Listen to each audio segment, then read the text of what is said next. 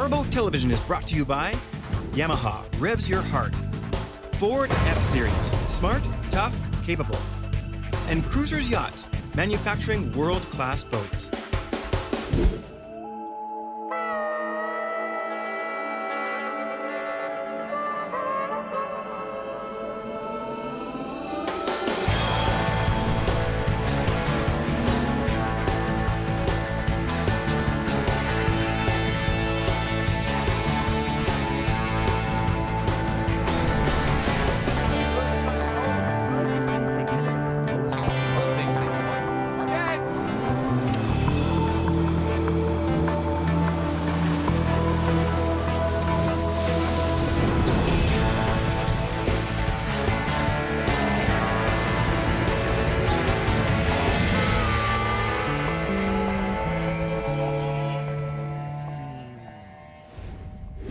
So many of us share the same passion for boats and boating. The thrill of fast boats, the beauty and elegance of antique and classic wooden boats, utility boats for work, and tow boats for play. There's so many different kinds out there, it begs the question, how many should one person have? How many does one person need? 2, 3 maybe? Well, today we're in an undisclosed location to meet a man who some could say has a problem. I'd like to see it as more of a passion. This guy's been collecting boats his entire life, and today we're lucky enough that he's invited us into his boathouse to take a look at his amazing collection up close. CB! Wow. What's up? How you doing? Good, how are you? Excellent, fantastic August weather. You couldn't look much better than you do right now, CB. Holy smokes, this is gorgeous. Thank you. Great to see you. Good to see you too. What do you got here for us? This is a 1954 Corvette Streamliner, also known as a cigar boat because of its bulbous woodwork. You can see that, and it is smoking beautiful too.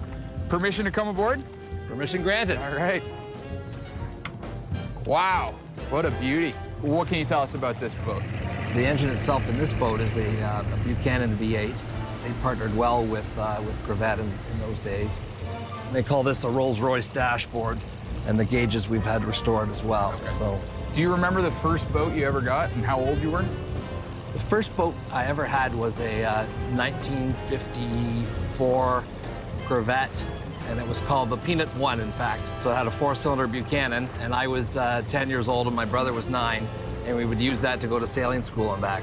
How many boats do you have? Gosh, I think my daughters have counted 39 in total, so I'm below 40 anyway. Below 40. Once you get to 40 is when you really have a problem, I think. When you're born on an island, everything you do is related to boating because that's the only way to get on and off the shore. And many of the boats are our family boats that we all share. There's 13 of us. So okay. Everywhere you go, though, all my kids and my 2 brothers and their families, everyone goes in a different direction. So everybody has to have their own boat. Right, everybody's different direction in a different boat. Yeah, exactly. I can see from right here how you could catch this bug and how it could kind of seep into you. Yeah, I call it being infected with the boating virus. There you go, and you got it pretty bad, it sounds like. All right, well, why don't we check out the rest of the fleet? Sure. Kind of like driving a piano. This is a sight to behold. To actually see this boathouse is pretty remarkable. It's pretty neat. We have some fun in here. Spend a lot of quality time here. I collect some old engines as well as paddles and some very unique things that are all related to boating and being on the water. Let's take a closer look at a few of these. Well, why don't we just start with the oldest one first, and we'll go from there. Perfect. So this is the grandmama in here, eh? This is the oldest one at the moment, but this is a 1938 Chris Craft. It's 17'6" long. It's called a barrel stern because it's rounded this way, and then that way, like a barrel. We call it the Peanut because of the shape and also because of the color. It's got a straight 6 engine in it, develops 135 horsepower, and has triple Zenith downdraft carbs. So you can imagine in 1938, this would have been a speedboat. Oh, yeah. So what we have here is a 1956 Corvette disappearing propeller boat. It also goes by the nickname Dispro, or the other nickname is called a Dippy. So what's great about the Dippy is, in fact, the propeller does disappear up inside the boat. So what happens is the drive shaft is on a universal joint, and below the propeller shaft there's a skeg. And so what happens is if you hit a rock, the mechanism will lift up inside the bell housing in the boat, and you glide over the rock. So it's really neat. The rudder steering is another unique feature of it, that you move the handle back and forth to steer it. And perhaps one of the other most fundamental parts of it is that you don't need a battery to start it. It's crank start. So you grab the handle like this, engage it, and then just turn it around and around and around like that, and off it will go. And it'll fire up. Yeah, it's a beautiful boat. And if it breaks down, you can always row it. So that does it for the wood boats in CB's collection. Coming up later in the episode, we're going to take a look at some of his fiberglass boats. And maybe I can even talk him into letting me take a spin behind the wheel. For a 17-foot boat, that is amazing ride comfort. Let's do that again.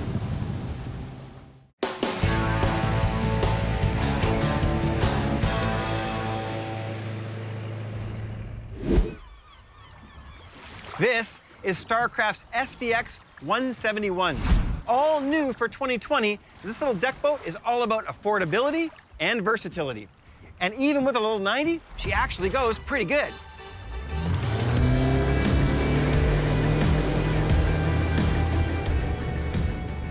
The fantastic thing about deck boats is their width and their stability. Not only can you put a pile of people on board, but if they tend to move around a little bit, you're not going to find the boat to be unstable. And that really works well when you're at the beach or out on anchor. Before we show you how this boat drives, let's take a look at some of the interior features on the new 171. At the helm, we find a swiveling bucket and small windshield. Tilt steering is standard, along with 8 cup holders, a 4-speaker Bluetooth sound system, LED courtesy lighting, a tow bar, and more. Even though the SVX is focused on affordability, it still has bow and stern telescoping reboarding ladders. In the bow, a locker doubles as an anchor locker. And one really nice touch, this EVA foam marine mat is actually standard equipment on the SVX. Often, a 17-foot boat can feel a bit cramped, but the cockpit layout on the 171, with its L-shaped lounge, single bucket seat, and wide walkthrough, feels quite open. There is so much storage on this little 17-foot boat. And very surprising is the quality of the vinyl material. It feels soft, it feels cushy, and check out these bolsters. I mean, this is a boat you can lounge on. Back on the water, we get a good feeling about this new SVX. Another thing I find right away driving this boat are the ergonomics are perfect. Now, it might be my height, but I'll tell you what, I got great visibility. The seat is incredibly comfortable. The wheel and the throttle are perfectly positioned. I got a great armrest here, and stock padded bolster if you want to sit up nice and high. Now, one of the new things about this hull is it's got a small pad on it, which gives us a lot more lift. And that means you don't need quite as much power, which is why we're getting such great performance out of the little 90. Time to plane with an empty boat was right on 5 seconds, but I expect that will slow to 7 or 8 seconds with a few passengers and some gear. If you have a big crew or are planning to tow often, I'd suggest upgrading to the 115. And just check out the lines on this boat. I mean, it might be affordable, but it's hyper sleek looking. You know, we're down right around 20 miles an hour right now, and she has no problem staying on plane. Now, add a few more people, you might need to go a little faster. But what a fantastic little cruising hull at 20 miles an hour. And just check out the ride cover on this boat. We're crossing a smaller pontoon wake, but I'll tell you what, for a 17-foot boat, that is amazing ride comfort. Let's do that again.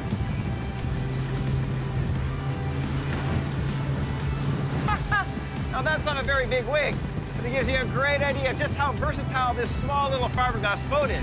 The modified dihedral V-hull is the secret here. The middle V slices incoming waves, while the side sponsons trap air, helping to cushion the ride. Now, we talk about affordability, and you can get this boat for as low as $32,000 with the 90. Now, you might think it's going to come stripped down, that all the little parts you see on here are options, but they're not. This bimini, standard equipment. The marine mat, bow and stern, standard equipment. Telescoping ladders, bow and stern, standard equipment. I'll tell you what, for $32,000 US, that's a lot of boats. And if you're ready for your first fiberglass boat, boy, are you in for a treat. Because you're gonna get the kind of affordability you normally only find in aluminum, but you're gonna get this wonderful glass hull. You have to love the ride of a fiberglass boat.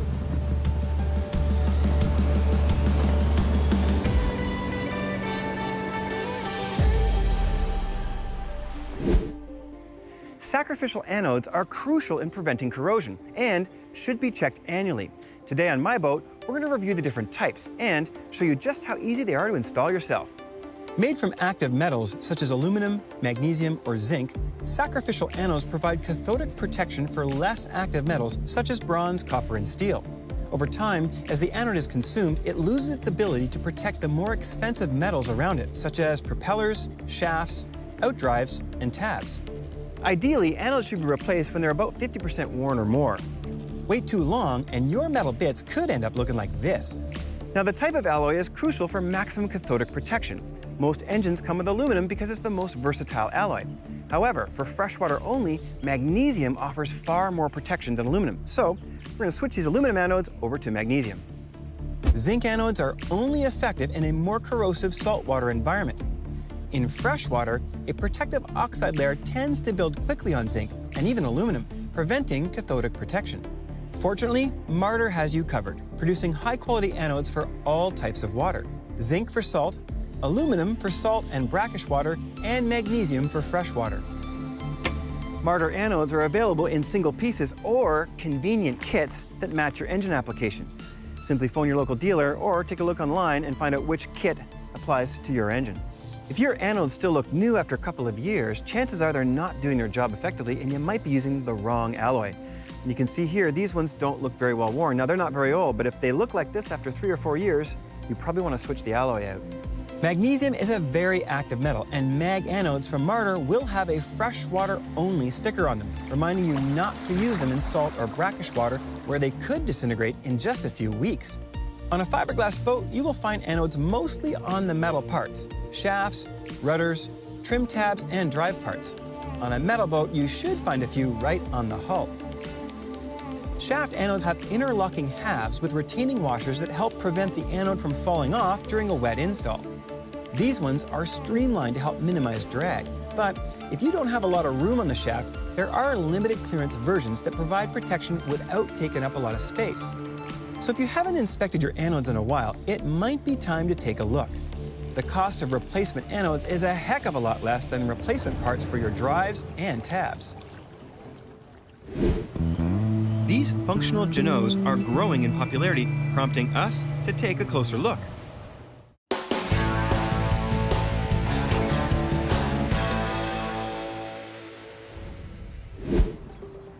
This is Jeanneau's Leader 9.0, a European-designed walk-around console with a standard hardtop, raised foredeck, and surprisingly spacious accommodations. With versatile features and a strong value proposition, these functional Jeanneaus are growing in popularity, prompting us to take a closer look. Extended swim platforms allow access from either side, but the aft walkthrough is to port. There is a step forward the engines to assist in traversing from one side to the other. A stainless gate opens inward for safety, and we find a handy cooler under a hatch just aft. The cockpit on the Leader 9 is extraordinary. With the benches stowed, there's plenty of room to move around, but you can deploy 3 of them to add a ton of extra seating.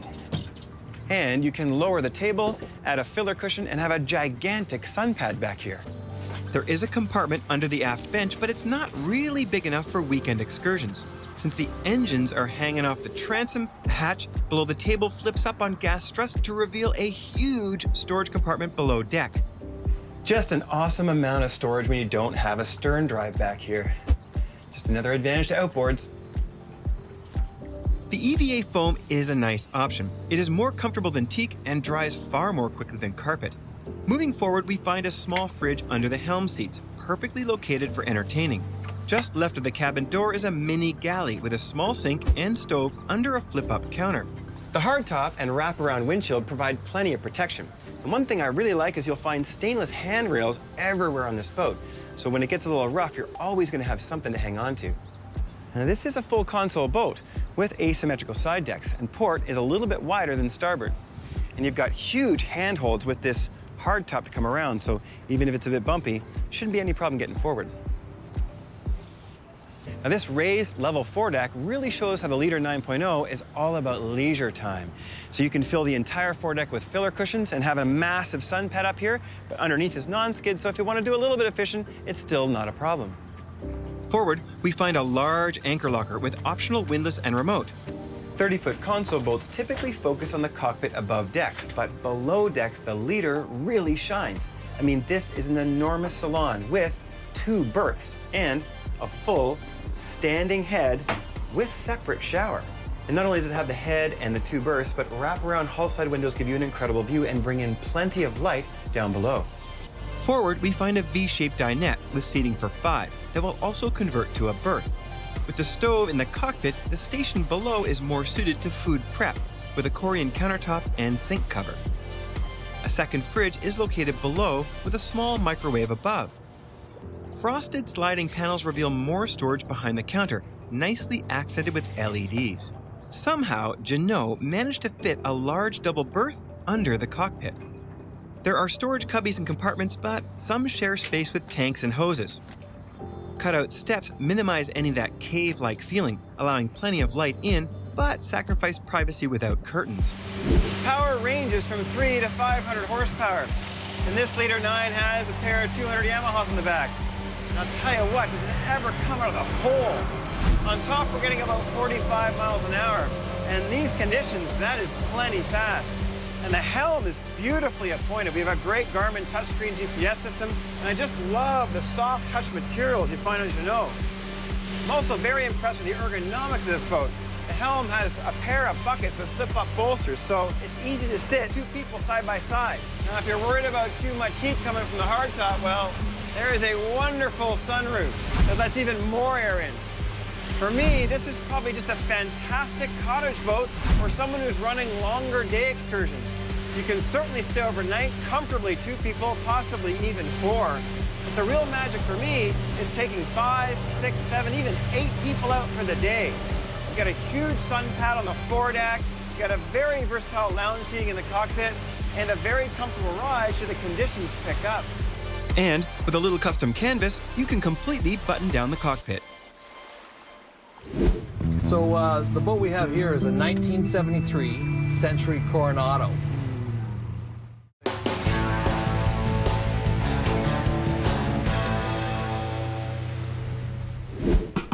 Our friend CB Ross has been collecting boats his entire life. He's amassed a total of 39 boats in his collection. We had a look at some of his wooden collection earlier, and now we're going to take a look at some of his classic fiberglass boats. So the boat we're sitting in now is a 1977 Glastron Carlson CVX 16. It's got a really neat history to it because I was with the owner when he purchased the boat brand new. The boat ended up getting stored from 1978 until I got it 3 years ago. So it was stored for 34 years. I've had to redo the floor because it actually got some dry rot. But other than that, the boat is totally original. This is in pristine condition. And this is one that I was pretty excited to check out because when I think of the 70s Glastron, I think of Live and Let Die with James Bond outrunning that sheriff down in the bayou. We sort of have a spoof on James Bond with the Austin Powers and the Mini-Me. So we keep him on board as our navigator. And you had a name for this one, you said? This one we call the Gold Member in Austin Powers' honor as well. Can we take it for a spin? We sure can. All right. And you get to drive. Woo!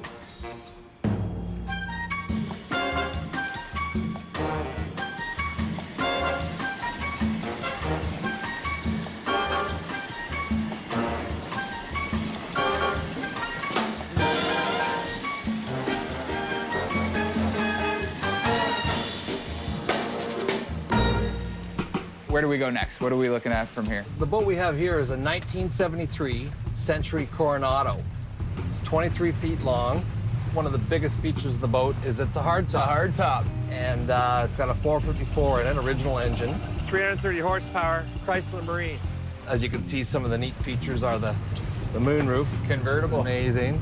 It's got this little teeny 2-position vent, so just to let enough air in. And then, of course, the side windows are sliders, so you don't need to zip or unzip. So It feels like the old family station wagon or something like that. yeah, it's a good way of putting it. It's got the original 8-track player in it. So I'm searching for a bunch of 8 tracks, so if you know of any, let me know. They've got a shifter very similar to a car, neutral, and then reverse. And it's got a hydrostatic transmission, so no clunking in the gear. Light for neutral, which is great. You always know where you're in neutral. But then to speed it up, you can just go counterclockwise to go faster. And to crank it down, you just turn it the other way. That's incredible. That's a lot of fun to cruise. Very similar to a wooden boat. Operates very similar way. Sound is the same. The smell is the same, too. Very similar, Yeah. but you've got to have a try. You got to drive it. I thought you'd never ask. So we'll put it into neutral first. It's not really going to beat anybody off the line, I don't think. It's not about speed. No, it's... A lot of fun, isn't it? Yeah, this is cool. This is really a unique experience to drive this thing. Every boat has their own feel. Yeah, That's part of the magic. exactly. That's why you need 39 of them, right? So another really neat feature of this boat is the period-appropriate hidden beverage center. Look at that. I think you're a custodian of boats like this, and it's important to try to maintain some of this history. For sure.